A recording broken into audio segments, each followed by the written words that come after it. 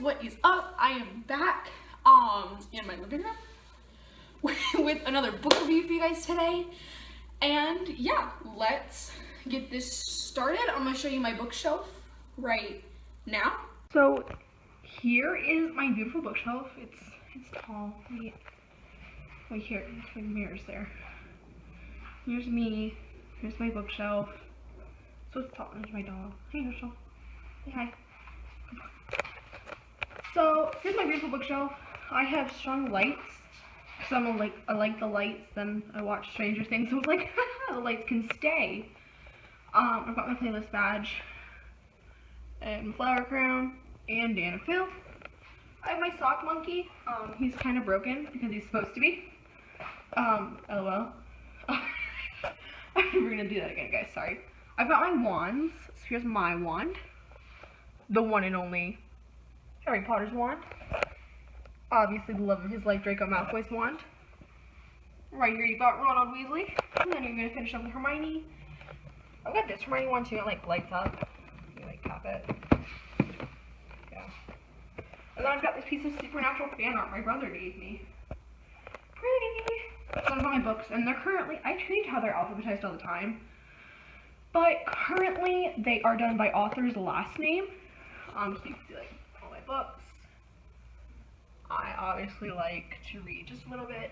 And underneath, you've got more books.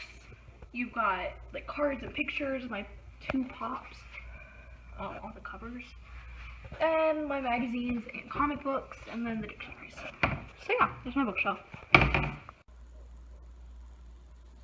So now that you've seen the bookshelf, let's see the book. Today's book is a book that's really special to me. It's really special to like all of you just saw it, but it's like all the internet loves it. I don't know people that don't love this book, and it was written by like a literary genius of our time. So yeah, today's book will be The Fault in Our Stars. Right on it. You guys see it? See it?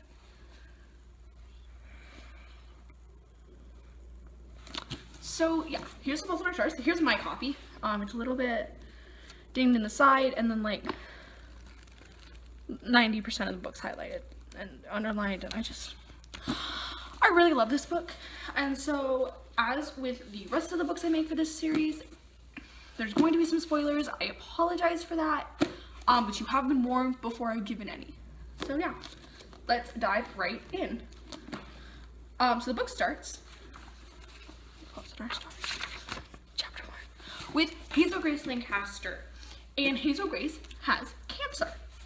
And so she goes to this support group that meets in the literal heart of Jesus, also known as the church basement. And she goes every week to talk to other kids that have, cancer. But she's kind of a little bit like all of us get at some points, depressed. And so she doesn't like going to group. Her mom makes her go. She doesn't want to. But when she goes, she has this friend named Isaac. Now, Isaac is ironically named to me because Isaac has eye cancer. So he already can't see out of one eye, and like then he gets surgery, then he can't see at all. And his name is Isaac. That's ironic. So yeah. But then while she's there, Isaac brings his friend, the wonderful Augustus Waters, and him and Hazel, immediately butt heads. They have different ideas about Oblivion. And then afterwards, Augustus decides that since Hazel hasn't seen V for Vendetta, she really has to see it.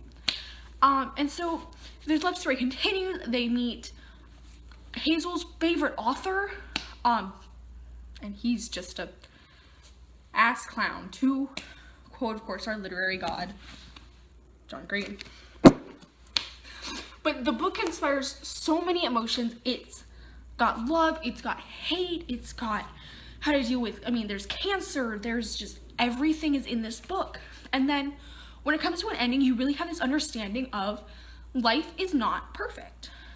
And I think if you didn't know that before you read the book, you definitely understand it afterwards, because it's not. It really, the book highlights themes of depression and death and how the world doesn't go the way you want it to. And I think that's a really cool theme to have in a book, because not a lot of books have it. So John Green definitely remembered to include that in his. But then we're gonna flip it around, and we're gonna compare it to the movie. And so the movie stars. That's right? Is that right? I don't know, I'm gonna go with. The movie stars Shailene Woodley and Angela Glort. My dog's freaking out. What is it? Do you wanna say hi? Come here. Wait. You guys see my dog? Come here. He's not this tall. I have to lift him. Okay. But yeah. The movie stars them along with Nat Wolff, and the actors and actresses, of course, do a phenomenal job showing their characters with the movie has portrayed them. But the movie portrays the characters, as always, just a little bit differently. Isaac has a little bit of a smaller role in the movie than he does in the book, but Nat Wolff is fantastic. He is in John Green's other movie adaptation of Paper Towns, and he's just an amazing actor, and so he did great with Isaac from what he was given.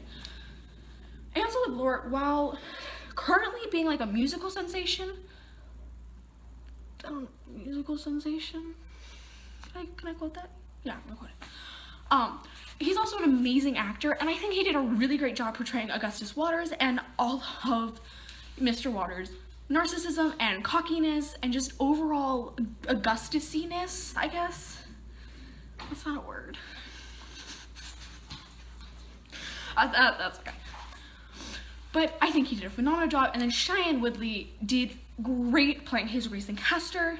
Perfectly got the whole sadness and the cancer and the depression, and the actors did great. The movie is surprisingly accurate to the book. I mean, there's obviously bits and pieces that aren't there, and there's always gonna be bits and pieces that aren't there, but overall, he did a really great job. Writing the book, John did a really great job writing the book. I think the screenwriters did a really great job producing it.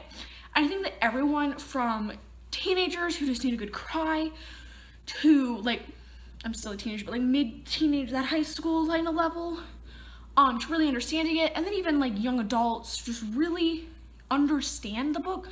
I feel like there's always scenes you can emotionally relate to, and so I think John Green did an amazing job with that. It's just an amazing book. So yeah, this week we just talked about The Fault in Our Stars by New York #1 Times bestseller John Green. And I like.